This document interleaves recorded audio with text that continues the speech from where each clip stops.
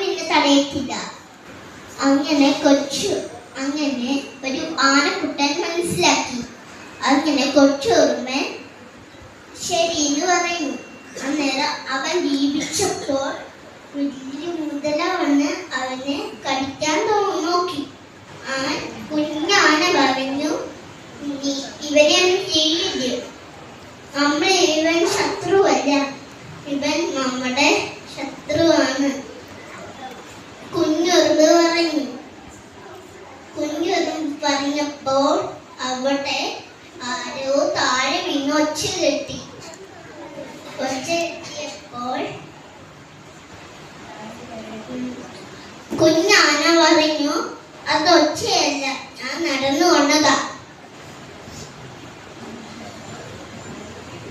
ഒച്ച കേട്ടപ്പോൾ കുഞ്ഞാന ഇവനെ പേടിക്കാൻ നോക്കി. ഇവനെ പേടിച്ച് ഇവനെ മനസ്സിലാക്കി.